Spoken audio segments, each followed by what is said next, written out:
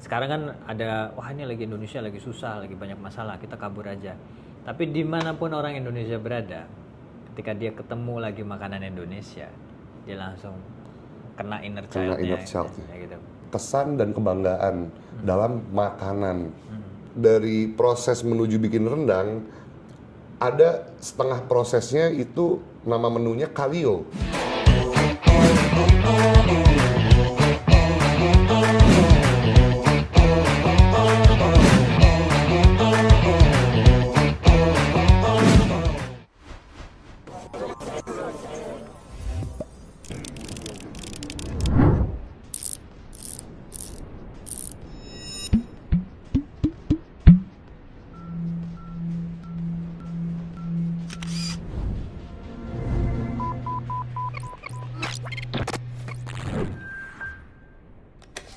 Teman-teman semua, selamat datang di podcast Inapop episode ke-3.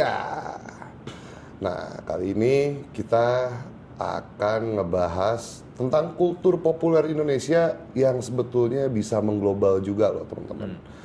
Yaitu adalah tentang kuliner. Saat ini, seperti biasa, aku bersama Mas Dr. Faisal dan Dr. Skena Axel Hadiningrat. Dr. Skena.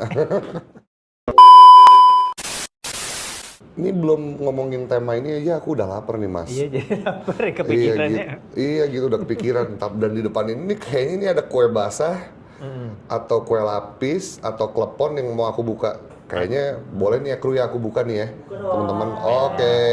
Aku buka ya Mas ya. Iya. Mudah-mudahan nih klepon. Oh my god. Amplop nih. Tahu Cihuni Kirain tahu Cihuni atau ini amplop. Oke. Sekarang mungkin karena aku yang buka, aku buka gitu ya Mas ya. Enggak. Salah. Kita lapar ceritanya, kita bahas kuliner ya. Oke. Hampir setiap negara besar punya kuliner unggulan. Jepang dengan sushinya, Amerika Latin dengan burritonya, Italia dengan pastanya. Seluruh dunia tahu kalau kita punya benchmark nggak sih? Kalau kita punya benchmark nggak sih? Apa saking sangat beragamnya jadi sulit untuk jadi lebih populer? Wah. Coba mungkin karena aku yang buka makanan tadi sengaja jadi Mas Faisal dulu. Kita banyak banget sih sebetulnya makanan-makanan enak kuliner gitu. Siapa sih yang nggak suka rendang gitu kan jalan? Ya. Atau martabak kayaknya. Wah. Kita bisa kutuk tuh orang yang nggak suka martabak tuh kan. Iya. Terlalu enak. Enak. Tapi bukan masalah beragamnya, tapi sebetulnya masalah bagaimana kita memperkenalkan itu kan. Nah, aku rasa kayak sushi, tadi kan burrito, spaghetti itu ada perjalanannya juga. Sushi baru dikenal di Amerika sejauh yang aku baca ya. Itu tahun 90-an, tahun 80-an ketika di Wall Street itu orang-orang ada akhirnya mencoba makanan-makanan yang lebih oriental, lalu ketemulah itu sushi gitu. Berbarengan dengan industri juga masuk ke Amerika itu lewat Sony pada saat itu, elektronik kan buat karaoke dan sebagainya gitu. Nah, kita mungkin makanya kita hari ini kan bahas tentang kuliner ya. Belum punya nih story perjalanan atau apa namanya peta untuk memperkenalkan makanan-makanan itu. Ya, makanya kita bahas nih biar juga teman-teman akhirnya menjadikan ini sebagai diskusi kajian gitu. Kalau Acel gimana? Kalau menurut aku sih bener juga, journey-nya food di Indonesia itu nggak selaras dengan journey-nya diaspora yang ada di luar negerinya juga nggak sih Mas? Iya betul. Aku sih ngerasanya kita itu selalu kebalik karena kita itu sebagai negara Asia selalu diklasifikasi sebagai only Asian food. Asian food itu kan macam-macam. Kalau misalkan kita datang ke luar negeri itu Asian food, ada nasi goreng, ada apa. Kalau Mas Isal tuh selalu bilang tuh nggak ada taksonominya. Nggak ada taksonomi. Iya kan nggak sih? Yes. Jadi kayak nggak ada kategorisasinya gitu. Bener, dan itu terjadi banget gitu bahwa masakan Indonesia secara specifically itu hanya dikategorisasi sebagai Asian food yang sifatnya tuh general gitu. Dan menurut aku itu sih permasalahannya sih.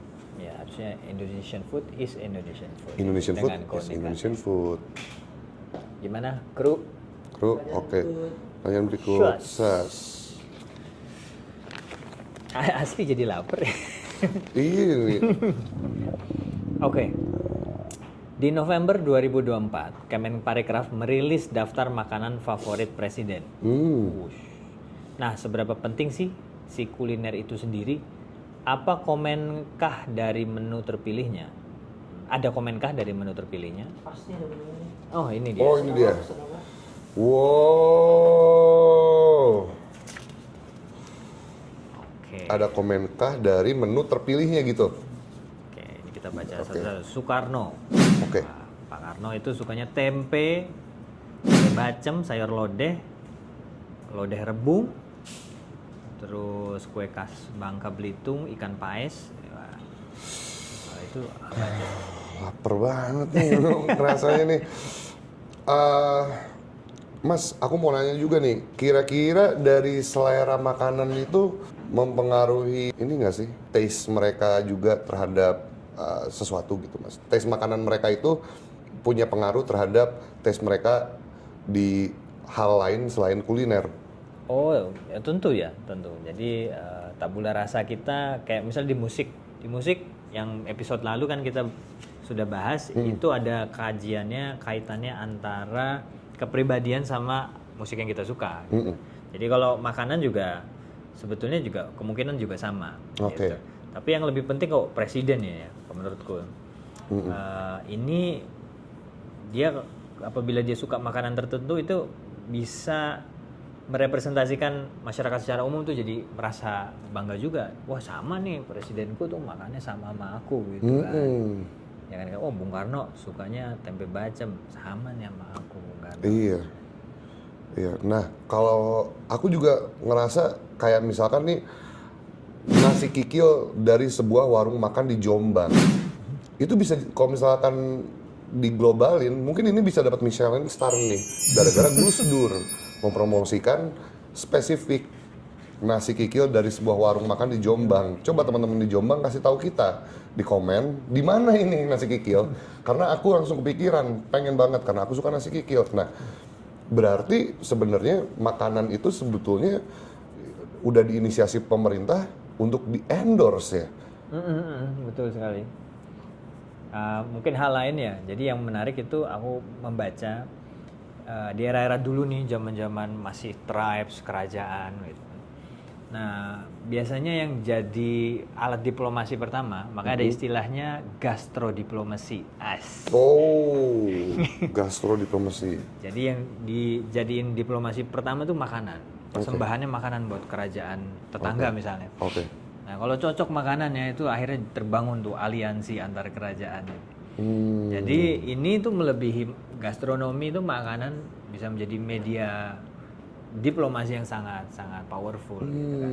Makanya selera makan presiden-presiden ini harus kita ketahui dan juga harus diketahui selera makan presiden negara lain gitu. Bener loh, aku ngelihat ini list yang aku lihat dari makanan-makanan presiden ini adalah sebetulnya bisa jadi benchmark baru loh untuk kita semua tahu kira-kira lewat mana kita bisa mempromosikan kuliner-kuliner kita gitu. Dan kuliner itu jangan salah loh, banyak sekali sekarang dijadiin bahan untuk supaya diplomasi gastronomi itu tadi teman-teman. Jadi ini tuh bagus banget untuk kita jadiin benchmark gitu. Wah, dokumen berikutnya. Tangkap. Set. Oke.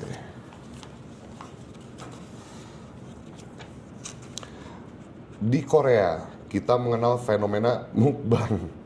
Kenapa mukbang bisa mengubah cara orang menonton makanan dan persepsi makanan sendirian di kultur pop?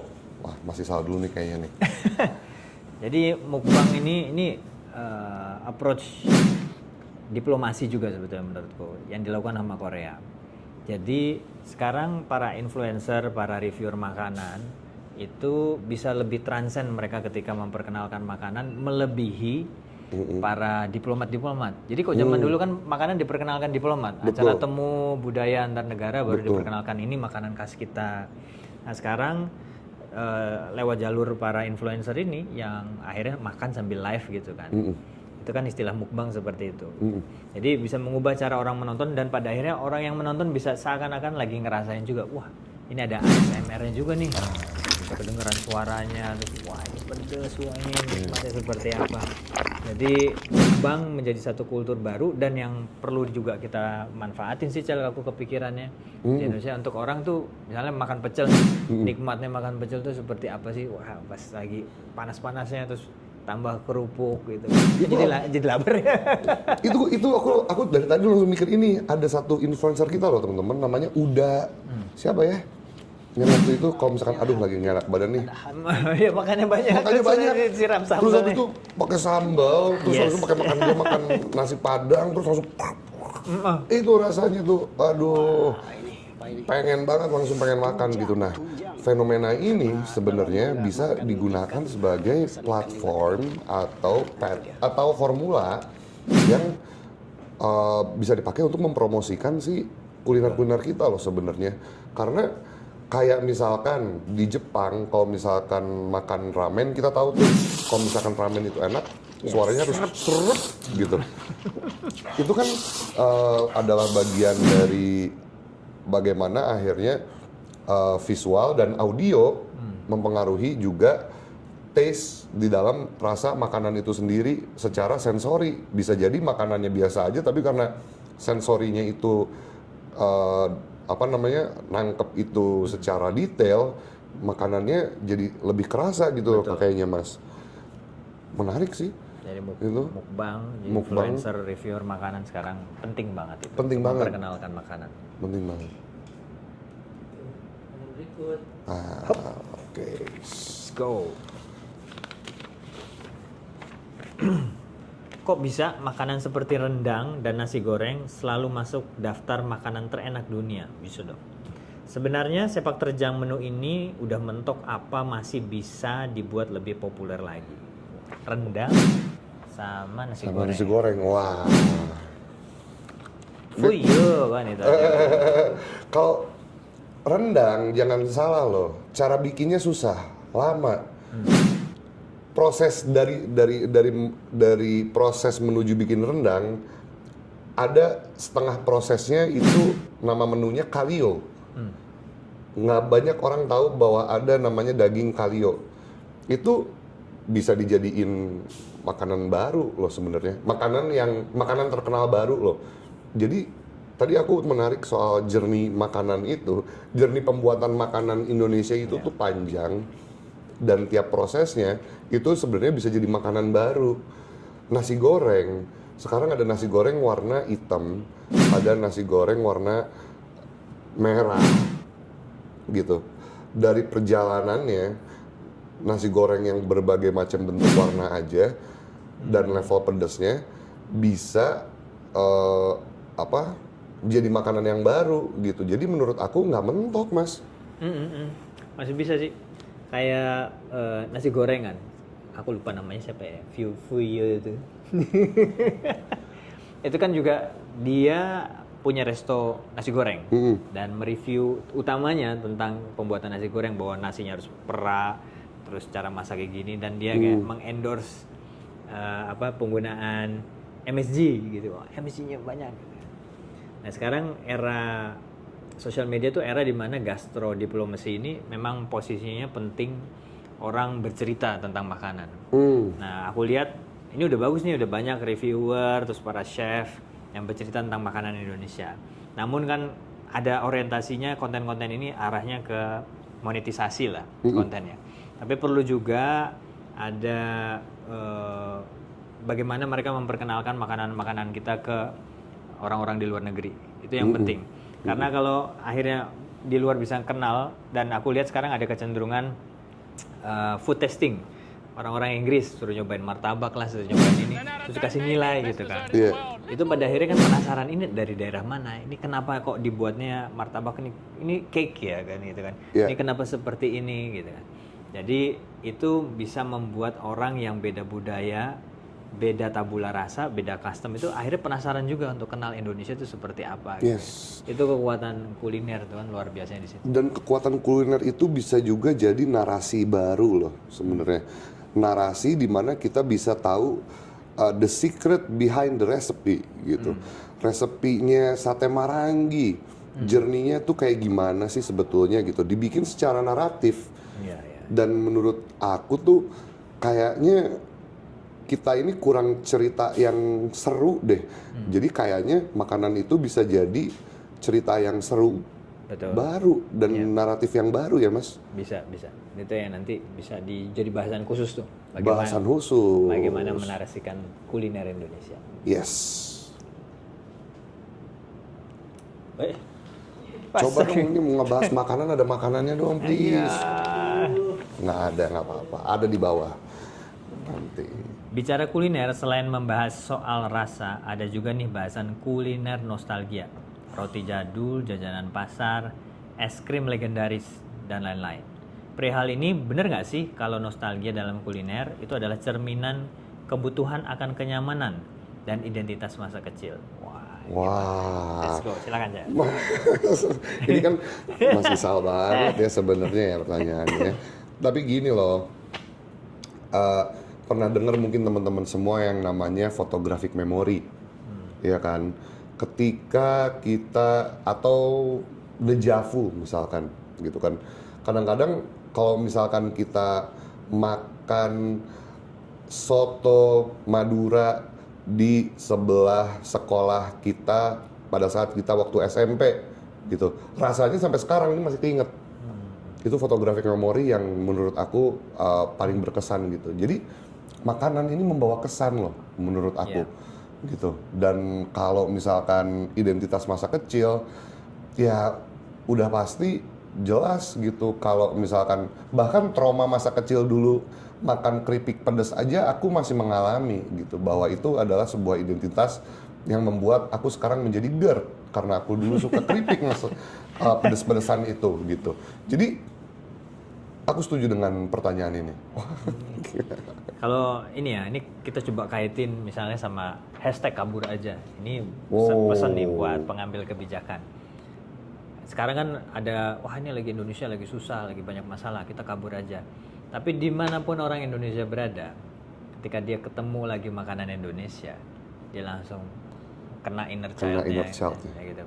Aku cinta banget sama Indonesia nih. Yes, berarti makanan membawa kesan, membawa kebanggaan, dan itu kultur populer banget tuh. Kultur populer banget, inapop banget. Inapop banget, kesan dan kebanggaan dalam makanan. Dan juga kalau diaspora dimanapun berada, kita bisa lihat misalnya dari diaspora Cina, diaspora India, itu mereka menjadi guyup lagi, menjadi terhubung lagi kalau ada makanan lokal mereka di negara tersebut. Gitu. Betul banget gitu. Dan kalau misalkan ke luar negeri gitu, cari aja fish cake, ketemunya langsung pempek kok ngobrol sama orang Indonesia gitu. Jadi sekarang kayaknya perlu juga ada terminologi bahasa dalam makanan supaya mungkin itu bisa mengglobal. Bisa mengglobal, setuju, betul. Kayaknya sih kayak gitu ya. Cuman sih menurut aku nggak terpaku sama bahasa, tapi rasa itu nggak mungkin bisa dilupakan deh. Terutama makanan-makanan Indonesia tuh nggak mungkin bisa dilupakan sama semua orang yang udah pernah mencobanya. Coba dong di-spill, Mas Isal, makanan Indonesia-nya lebih enak dibandingin punya Mas Acel kan? Mas Isal dulu. Makanan inner child-nya ketoprak sih ya. Ketoprak, apalagi ketoprak agak pedes gitu kan. Terus ada kerupuk coklat, kerupuk udang di atasnya. Gitu. Langsung kembali ke masa-masa kecil. Bisa jadul nggak Mas Acel? Karena aku orang Bandung ya, gepuk Nyonya Ong. Gepuk Nyonya Ong itu, itu membangun kembali rasa inner child aku tuh zaman dulu. Karena cukup dengan itu pakai nasi satu udah cukup, nggak usah pakai apa-apa lagi. satu gepuk sama nasi segini. Yang bibir pintu tol Pasteur bukan? Exactly, ya itu dia. Oke, siap. Oke, alright. Apakah budaya oleh-oleh atau gifting bisa jadi senjata rahasia dalam ranah soft power gastro diplomasi? Dan apakah oleh-oleh makanan juga membentuk jejaring sosial dan pembangunan ekonomi antar daerah? Oh, masih selalu deh. Aku rasa sih ya. Dan ini yang butuh kita jaga gitu. Banyak kuliner legacy itu yang memulai bisnisnya menjadi bisnis oleh-oleh. Kemarin aku dari Semarang tuh kan ada bandeng gitu kan. Terus berbagai kue sampai sekarang masih ramai. Namun di generasi Gen Z ke bawah ini udah mulai nggak terlalu kenal gitu kan. Karena memang sekarang makanannya lebih larinya ke hal-hal yang sifatnya kuliner gitu. Jadi yang legacy ini juga butuh kita jaga, kita lestarikan, itu penting sih. Yes. Kalau aku tuh kaitannya sama pertanyaan itu ingat sama fenomena hampers. Fenomena hampers kita, kalau misalkan lagi ada acara-acara besar di ini ya, hari-hari besar gitu, itu pasti kan pada ngirimin hampers.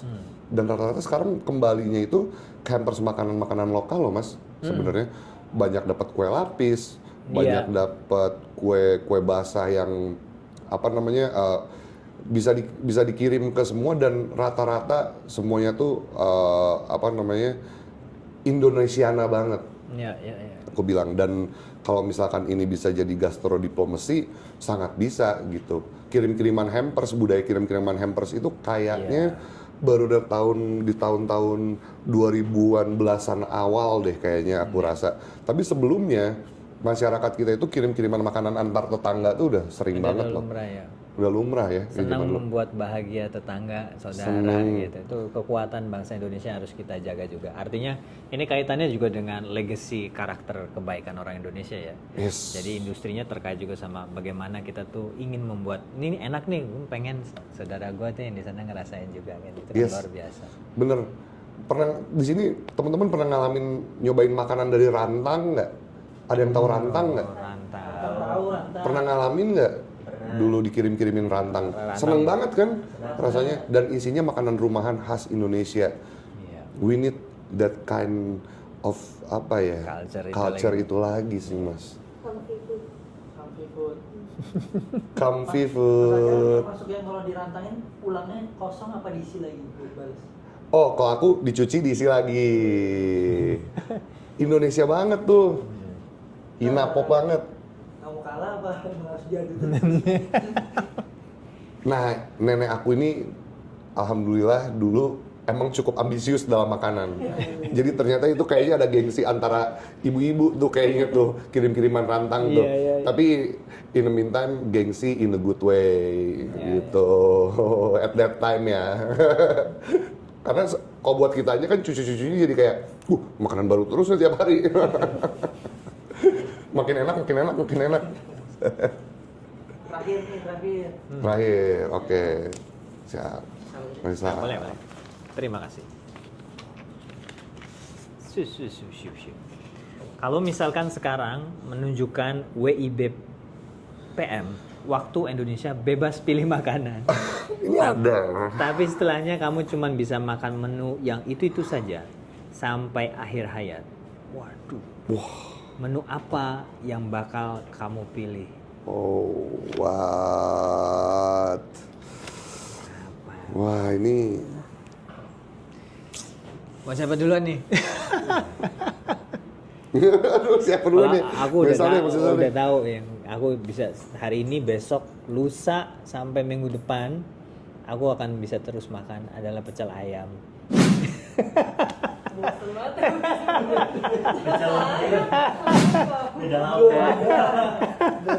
Wah, kalau aku sampai akhir hayat yang aku pengen bisa makan ya semur daging. Semur daging sih. Semur daging, udah itu kalau satu makanan doang kan. Semur daging deh. Sebulan makan itu, 3 bulan makan itu survive. Sehari 3 kali makan itu. Sehari 3 kali makan itu terus It's okay survive. ya, It's okay. gas ya. Tapi ya asal pakai nasi ya. Asal pakai nasi. Sumur daging pertama kali yang bikin jatuh cinta tuh di mana atau buatan siapa? Waduh. Gimana tuh? Buatan nenek aku, alhamdulillah. Karena gengsi Nenek aku itu. masih hidup. Karena gengsi. Karena gengsi itu dulu langsung dibikinin sumur daging. Tetangganya nggak bisa ngalahin sumur dagingnya dia. Sumur daging tetangga. Aduh nenek aku ya Allah. Semoga sehat-sehat selalu nih. Amin. Hebat banget tuh. Aku banyak kena kuliner dari nenek aku. Nah, bicara itu nyambung ke berarti kuliner di Indonesia itu wisdomnya itu bisa lintas generasi dong mas? Wisdomnya bisa lintas generasi dan banyak bermunculan juga kan kuliner-kuliner baru. Pecel ayam itu aku baru tahu ada di SMP. SMP tuh pecel kan itu bumbu kacang ya, Jawa Timur. Lalu ada pecel ayam sambal, terus daun kemangi, timun, nasi uduk biasanya. Itu fenomena di Jakarta akhir tahun 90-an. Warung-warung tenda pecel ayam diperkenalkan. Jadi aku euforia pecel ayam tuh waktu SMP sebetulnya. Oh, wah. Roti bakar. Roti bakar. Itu zaman aku SMP fenomenanya. Tahun 90-an, roti bakar, pisang bakar. Tadi nggak ada yang tahu roti bakar pisang. Atau Indomie bisa dicampur kornet. Itu baru tahun akhir tahun 90-an. Iya bener juga ya. Kalau aku sih sebenarnya Indomie tapi dibuka tapi dikasih bumbu tuh jadi snack. Tapi yang paling aku ingat dulu itu waktu SMP itu nyobain pecel lele. Rasanya luar biasa enak banget. Habis itu sampai sekarang nih sampai sekarang dikasih pecel lele masih pengen gitu. Padahal maksudnya banyak ikan-ikanan yang kayak salmon, tuna, banyak kan sekarang. Tapi kalau dikasih pecel lele, gua makan. Enak banget. Karena aku baru kenal itu SMP. Iya kan, ada evolusi juga karena interaksi urban antara orang ini ketemu, jadi ada tercipta makanan-makanan baru. Jadi yang legacy ada dengan wisdomnya, tapi juga bisa tercipta yang baru-baru. Yes. Oke nih, aduh, kayaknya dari tadi ngebahas ini episode paling nggak enak. Iya ya, Jadi lapar bunyi perut. lambung udah. Jadi kita kayaknya harus closing cepet-cepet nih mas, Iya. karena kita pengen makan. Tapi berikutnya adalah kita sadar bahwa ternyata Inapop bisa nge-unfold banyak hal di Indonesia, terutama makanan. Kita belajar juga tadi ngobrol sama Mas Rizal bahwa makanan itu selain memiliki wisdom juga memiliki legacy dan tabula rasa Indonesia itu sangat bisa dipromosikan secara global. Itu menarik banget. Nah, kalau dari Mas Isal, closing statement? Aku rasa ya gastrodiplomasi ini sesuatu yang harus kita serius banget kan. Ya kaji, bahas lah. Karena ya itu membangkitkan inner child dan membuat kita semua jadi bahagia aja. Yes, makanan membuat kita bahagia dan makanan memiliki kesan yang nggak mungkin bisa tergantikan. Nah, kalau gitu teman-teman sampai ketemu lagi di Inapop edisi berikutnya yang pasti bahasannya akan lebih seru. Oke, kalau gitu sampai jumpa teman-teman semua. Terima kasih banyak.